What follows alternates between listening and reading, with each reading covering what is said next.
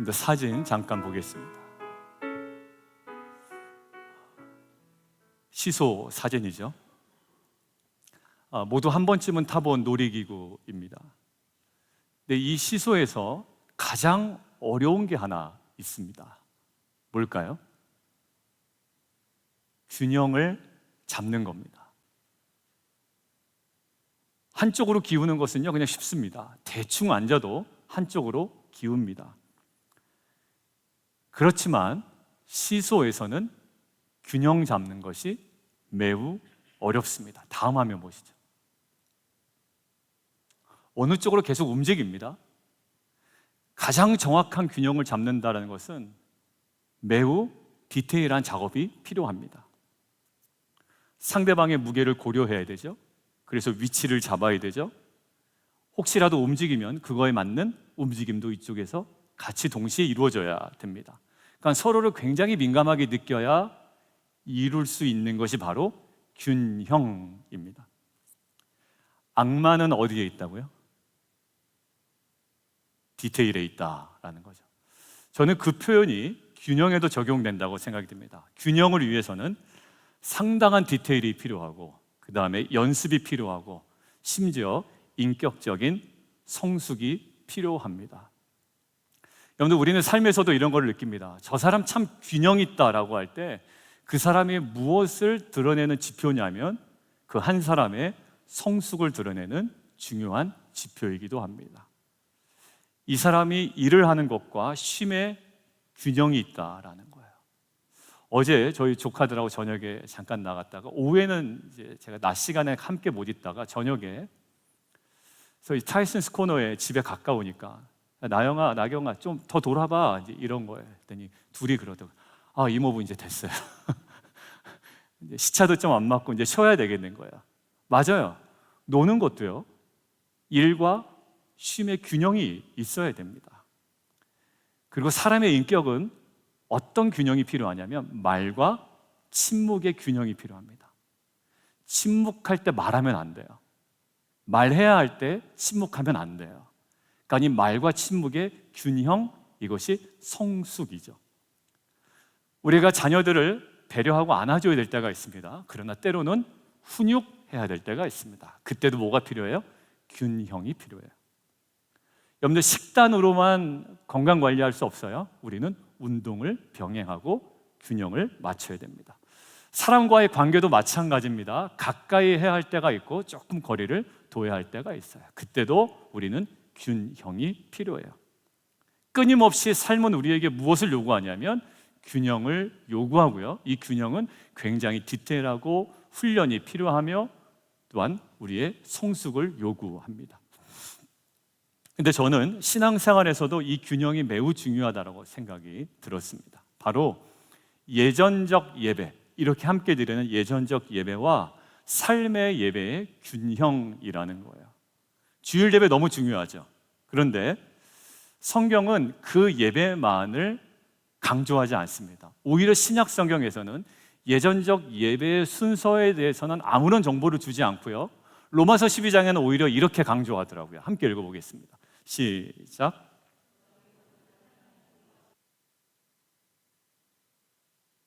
삶 전체를 뭐 하라고요? 예배로 드리라는 거예요. 무엇이 강조됩니까? 삶의 예배가 강조되죠.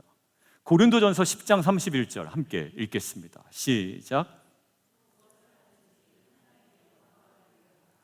그러니까 결국 예배를 어떻게 드려라라는 예전적 예배의 형식이 아니라 무엇을 하든지 괜찮다, 그런데 목적이 분명히 있다라는 거예요.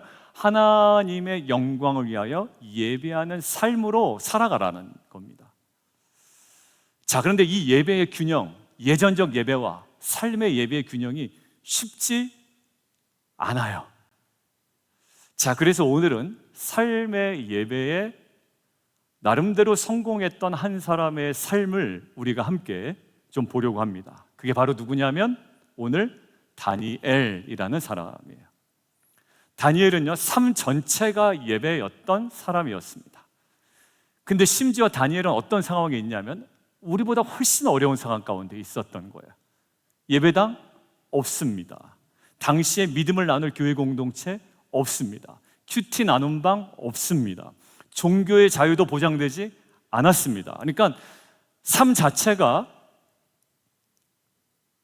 예배적인 삶을 살아가기 쉽지 않았던 배경인데, 다니엘은 그 누구보다도 삶의 예배에 성공했던 사람이었습니다.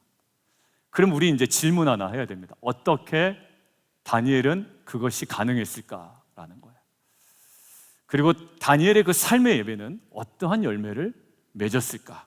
이 두 가지, 세 가지 함께 우리가 대지로 나눠서 보려고 합니다. 그래서 오늘 오버플로잉 월십 3주차인데 마음에서 시작된 예배가 관계로 흘러가고 우리의 삶에 무엇으로부터 출발하여 어떤 열매를 맺어가는지 함께 오늘 말씀을 통해 나눠보려고 합니다. 첫 번째 함께 읽겠습니다.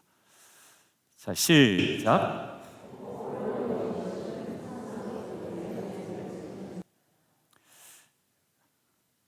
여러분들, 요즘은 무엇이 강조되는 시대냐면 삶의 예배가 어느 때보다도 강조되는 시대입니다.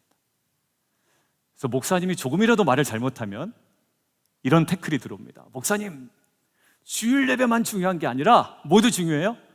삶의 예배도 중요합니다. 이게 이제 보편화됐습니다. 누구의 한 사람의 주장이 아니라 어떤 그 머리가 뜨이신 분의 주장이 아니라 이제는 삶의 예배가 중요하다는 사실이 누구에게나 이제 공감되고 있는 현실입니다. 맞는 말입니다. 삶에서 예배를 드려야 된다는 외침 꼭 필요한 얘기입니다. 자, 근데 현실은요, 우리가 많이 외치고 많이 강조하는 만큼 삶의 예배자로 살아가는 것이 그렇게 쉽지 않다라는 사실이에요. 자, 그럼 이유가 뭘까라는 겁니다. 삶의 예배가 무엇보다도 중요한데 그것이 왜 어려울까라는 거예요. 저는 이 부분에 원인이 있다고 생각합니다. 오늘 본문의 근거에서 한번 확인해 보실까요? 그 출발점이 흔들리고 있기 때문입니다. 출발점이 흔들리고 있기 때문이에요. 그 출발점이 뭐냐면 바로 예전적 예배의 자리입니다. 출발점이 흔들리고 있는데 그게 바로 뭐냐면 예전적 예배의 자리예요. 정해진 시간과 공간에서 하나님을 만나는 훈련된 예배의 자리. 여러분들, 우리가 삶의 예배가 중요합니다라고 강조하면 할수록 그분의 삶에서 뭐가 있어야 되냐면 예전적 예배에 빠짐없이 충실히 드리는 예배 삶이 있어야 합니다. 여러분들, 이거 없이 무조건 삶의 예배가 중요하다고만 외치고 예전적 예배가 무너지면 결국 모든 것들이 다 무너지게 됩니다.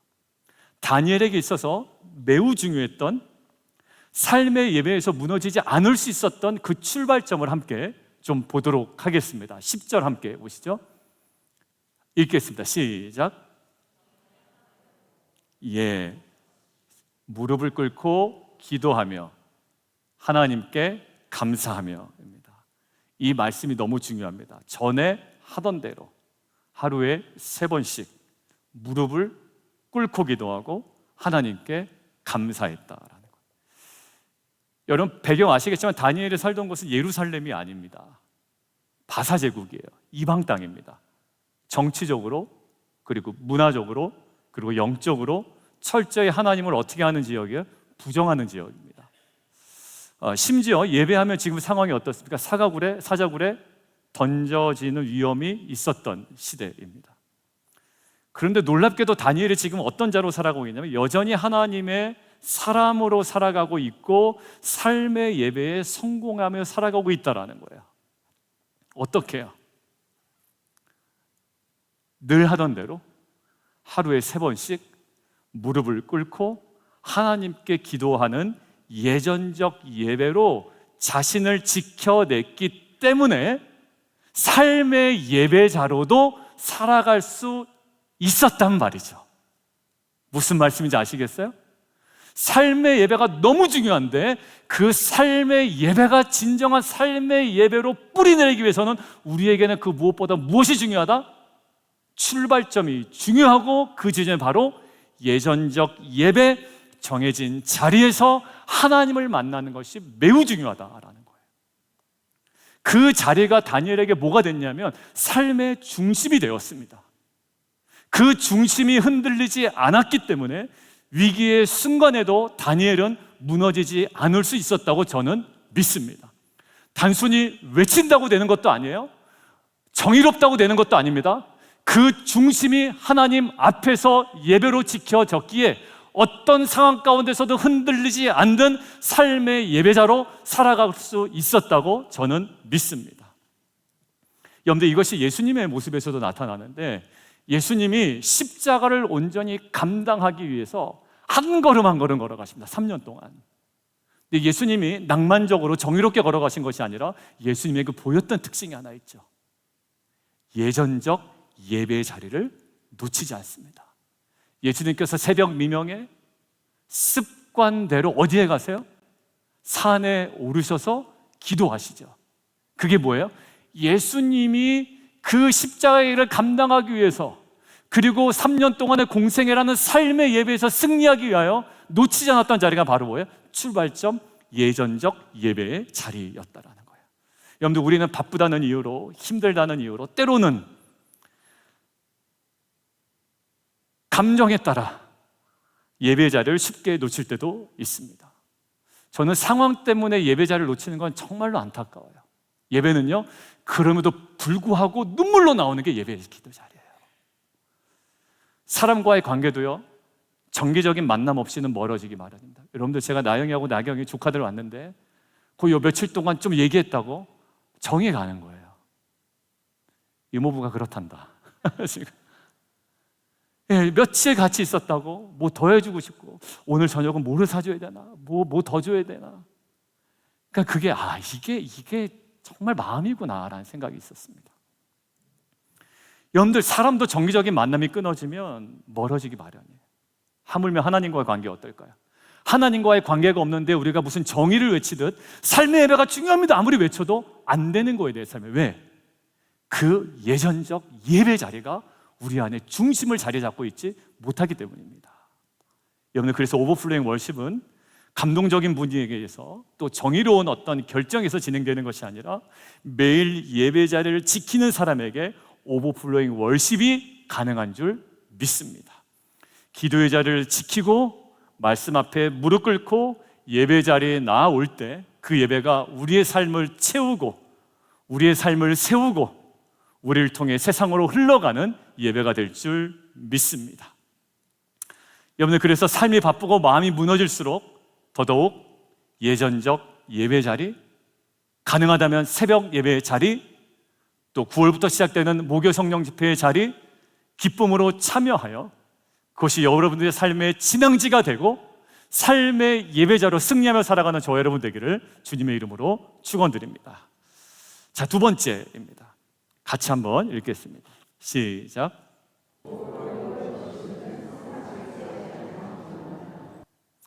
우리가 몇 달 전에 상반기, 아마 설교를 꼼꼼하게 메모하신 분들은 이 표현을 아마 기억하실 텐데, 신학자 월터 브루그만이라고 유명합니다. 여러분들 아마 책장에 이분의 책이 꽂혀 있을 수도 있어요.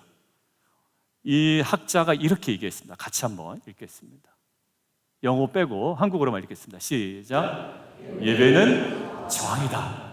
어떤 이미지였죠? 예배는, 그리고 우리가 조용한 분위기 속에서 경건하게 드리는 모임이 아니라는 거예요. 이겁니다. 예배는, 이분의 논점은 이거예요. 세상이 우리에게 요구하는 가치들이 있죠. 예를 들면 돈 벌어라, 성공해라, 높아져야 된다.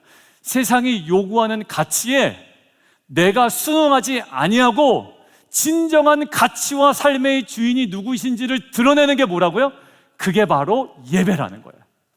세상은 우리에게 끊임없이 도전하거든요. 야, 성공해야 돼, 높아져야 돼, 돈 벌어야지 라고 우리에게 요구하지만 우리가 거기에 뭐한다? 저항하고 진짜 주인이 누구이신지, 진정한 가치가 무엇인지를 드러내는 것이 예배다라는 거예요. 그러니까 예배는 뭐다? 저항이다라는 거예요. 그런 의미에서 예배는요, 뭐라고요? 그냥 잘 드리고 가면 되는 것이 아니라 오늘 무엇이 이루어져야 됩니까? 저와 여러분의 선택이 이루어져야 됩니다. 그리고 세상에 대한 저항이 오늘 우리 가운데 회복되기를 원합니다. 그런 의미에서요, 오늘 다니엘 본문 6장 10절을 한번 보세요. 다니엘의 예배는 어떠했는지 같이 한번 읽습니다. 시작. 자, 이렇게 되면 어떻게 했습니까? 왕의 도장에 찍힌 것을 알면 조용히 있어야 되잖아요. 근데 다니엘은 저항합니다. 자, 13절 보시죠. 시작.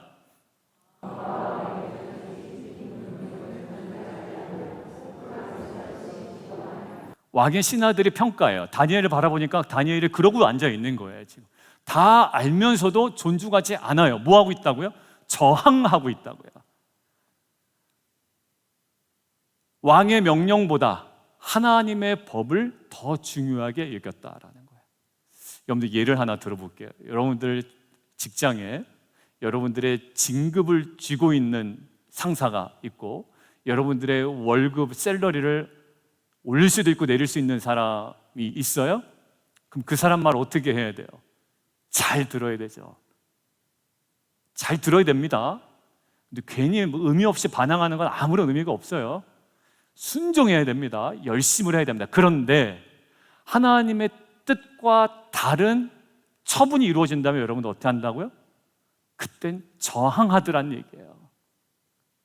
근데 그 사람이 아니야, 그래도 내가 너를 책임지잖아. 더 잘해줄게. 무슨 예배냐? 더 잘해줄게. 더 성공하게. 이런 것이 있다면 뭐 하는 것이? 진짜 나의 주인이 누구인지를, 당신이 나의 인생 모든 것들을 다 쥐고 흔드는 것 같지만 진짜 나의 삶의 주인은 누구다? 하나님이심을 드러내고 그 요구 앞에 내가 저항할 수 있는 게 뭐다? 그게 바로 오버플로잉 월십, 예배자의 모습이라는 거예요. 여러분들 만약에 저러면 들키지 않게 몰래 기도해야 되잖아요. 근데 어떻게 기도했냐면 자막 한번 보시죠. 몰래 기도해야 돼요. 하려고 해도 몰래. 자, 함께 읽겠습니다. 시작. 향한 창문을 열어요. 여러분들 안 들키게 기도하는 게 지혜롭다고 할 수도 있습니다. 그런데 다니엘은 전과 똑같이 기도했습니다. 왜요? 사람 눈치 보며 드리는 예배가 아니라 세상에 대하여 저항하고 하나님 앞에서 드리는 예배였기 때문입니다. 여러분들 제가 대학교 들어가서 술을 먹었다고 들으셨죠? 제가 새가족반에서도 얘기하고 군데 성경 공부할 때도 얘기해요. 근데 어느 순간 이제 제가 은혜 받고 나니까 술 자체보다도 술 그 문화 분위기가 너무 싫은 거예요.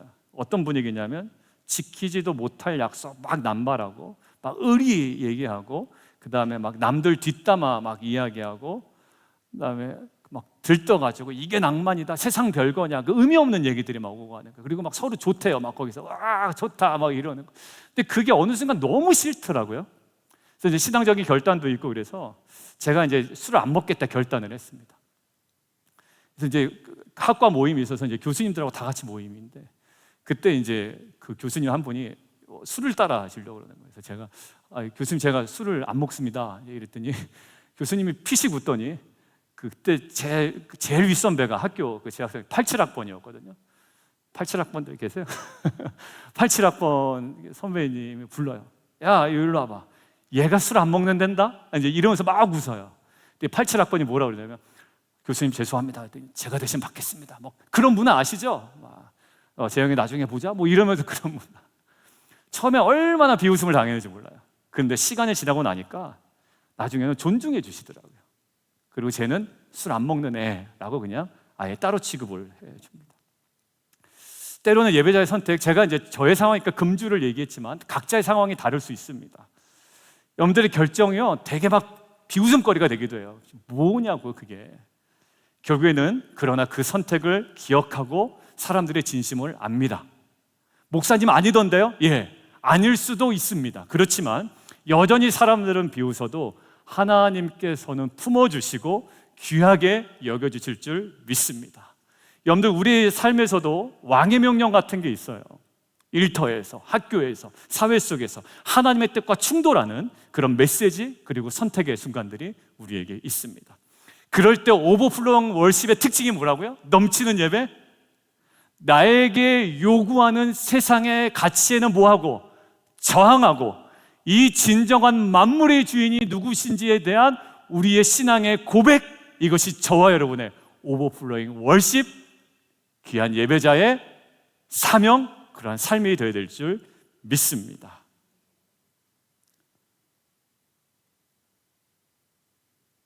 정해진 자리에 앉아 예배드리는 사람은 많지만 정해진 믿음의 걸음을 걷는 사람은 많이 찾아보기 어려운 이때에 우리의 예배가 오늘 이 시대 앞에 걸어야 하는 그 걸음을 세상에 저항하며 믿음으로 다시 한번 내딛는 오버플로잉 월십, 그러한 예배자가 되기를 주님의 이름으로 축원드립니다. 자, 세 번째, 마지막입니다. 같이 한번 읽겠습니다. 결과는 무엇인지 함께 읽겠습니다. 시작.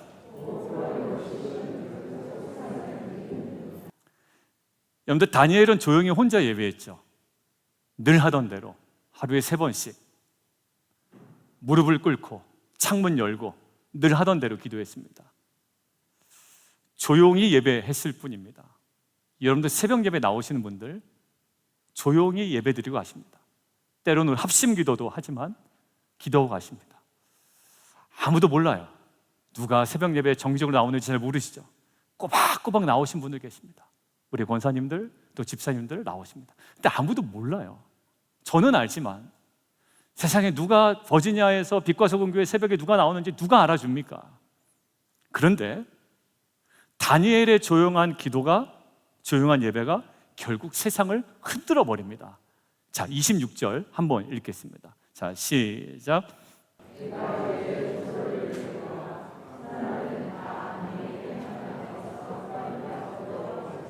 여러분들 놀랍지 않습니까? 하나님께 예배한 사람은 누구예요? 다니엘입니다. 그런데 고백하고 선포하는 건 누굽니까? 다리오 왕이에요. 이방 왕이에요. 예배는 다니엘이 조용하게 끊임없이 매일 하던 대로 드렸는데 결국 누구의 입술을 통해? 이방 왕을 통해 하나님의 위대하심이 선포되고 있다는 거예요. 이제는 다니엘이 하나님 앞에 두려워해야 된다. 심지어 하나님께 대하여 이렇게 얘기합니다. 여러분들 성경을 한번 보시죠. 27절에 보면 이렇게 나와 있어요. 26절부터 그는 살아계신 하나님이시여, 자막 없습니다. 그는 살아계신 하나님이요 영원히 변하지 않으시리시며 그의 나라는 멸망하지 아니할 것이요. 이거 다니엘의 고백이 아니에요. 그의 권세는 무궁할 것이며 그의 구원도 하시며 그는 건져내기도 하시며 하늘에서든지 땅에서든지 이적과 기사를 행하시느니다. 누구의 고백이라고요? 다니엘의 고백이 아니라 예배는 다니엘이 드렸지만 이방 왕 다리오를 통하여 선포되는 메시지라는 거예요. 결국 다니엘의 예배는 자기만 은혜 받고 끝나는 예배가 아니었습니다. 자기만 울고 끝나는 예배가 아니었습니다. 다니엘의 숨겨진 예배가 저와 여러분의 아무도 모르는 새벽 예배 매일매일 나와서 드리는 그 예배가 결국엔 선포된 복음, 선포될 복음이 될 줄 믿습니다. 여러분들, 이것이 오버플로잉 월십이에요. 혼자 시작된 예배가 세상을 향한 하나님의 메시지로 흘러가는 것. 우리의 예배가 그렇게 되고 있습니다. 저는 우리 성도님 중에 꾸준히 새벽 예배를 나오세요. 예전적 예배죠. 근데 이게 무슨 의미가 있겠어요? 기도하다가 때로는 저 같은 경우에 좀 약간 또 순간적으로 졸다가 또 깜짝 놀라서 기도하기도 하고, 개인 기도할 때는 큰 변화도 없고 뭐 하루 열심히 기도했다고 그날 바로바로 응답되는 것도 아니고 말이죠. 그런데 삶 전체를 보니까 어제 그저께 한 주간에 카톡을 주고받으면서 나눴던 이 고백을 보니까요, 이제는 삶의 예배자로 단단히 서 계신 모습을 봤어요. 흔들리지 않아요. 흔들릴 법해요. 그 상황이 충분히 관계 속에. 근데 그 관계에 흔들리지 않으시더라고요. 제가 그래서 이따 예배 드리고 개인적으로 카톡을 드리려고 합니다. 그분이 뭘까? 예전적 예배에서 잉태되고 단련되고 세워졌던 그것이 이제 그분에게 능력이 된 거예요. 그리고 어떻게 돼? 그 주변을 이제 변화시키는, 뒤흔드는, 새롭게 하는, 재편하는 하나님의 놀라운 일하심의 현장이 된 줄 믿습니다. 한국의 기아대치기구 사역할 때 이런 예언을 들었어요.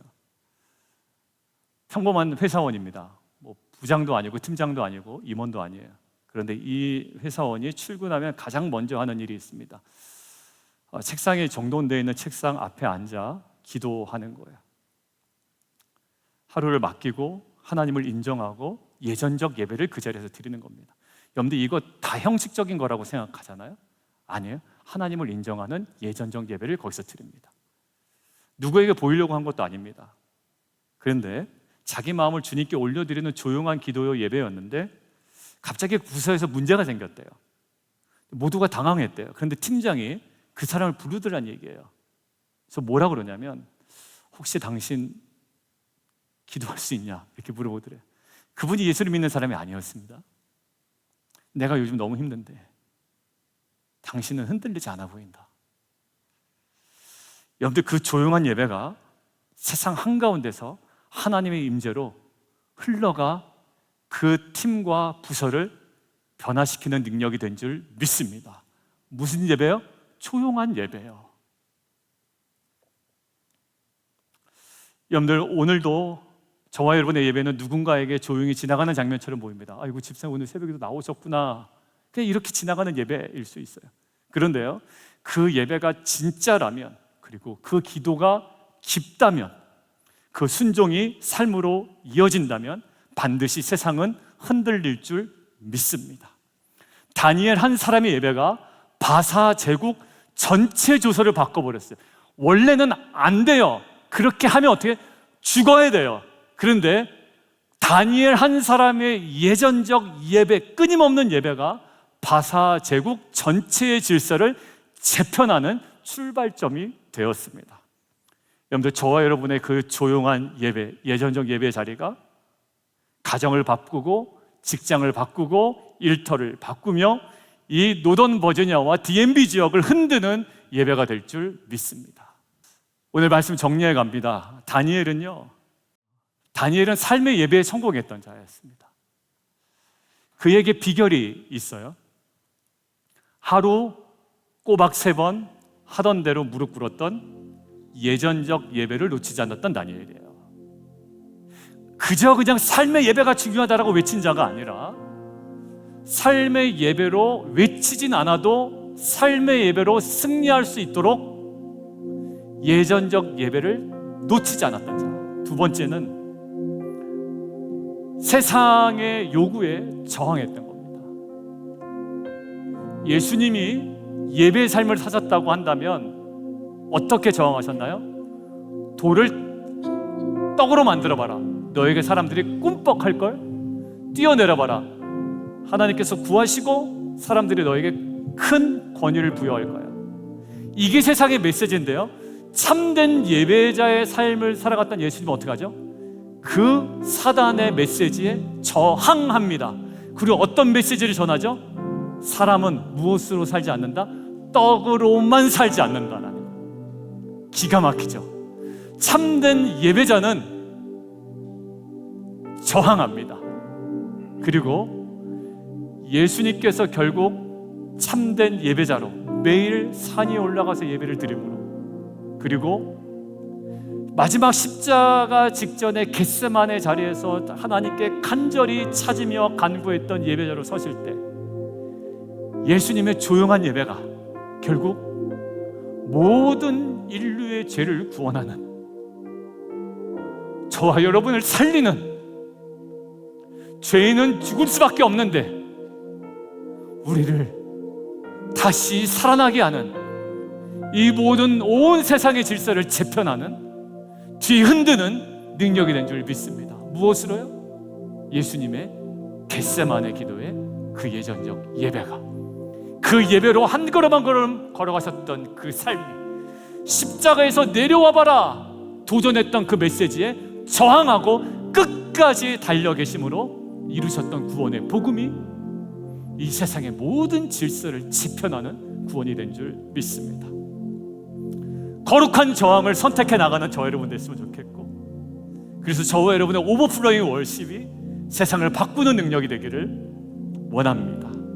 그래서 노던 버지니아와 DMB 지역에 빛과 소금의 사명을 감당하며 이 지역을 영적으로 흔드는 삶의 예배자로 살아가는 저 여러분 되기를 주님의 이름으로 간절히 축원합니다. 제가 마무리 기도하고 우리 찬양하겠습니다. 사랑의 주님, 오늘 우리에게 다니엘의 예배를 보여주셔서 감사합니다.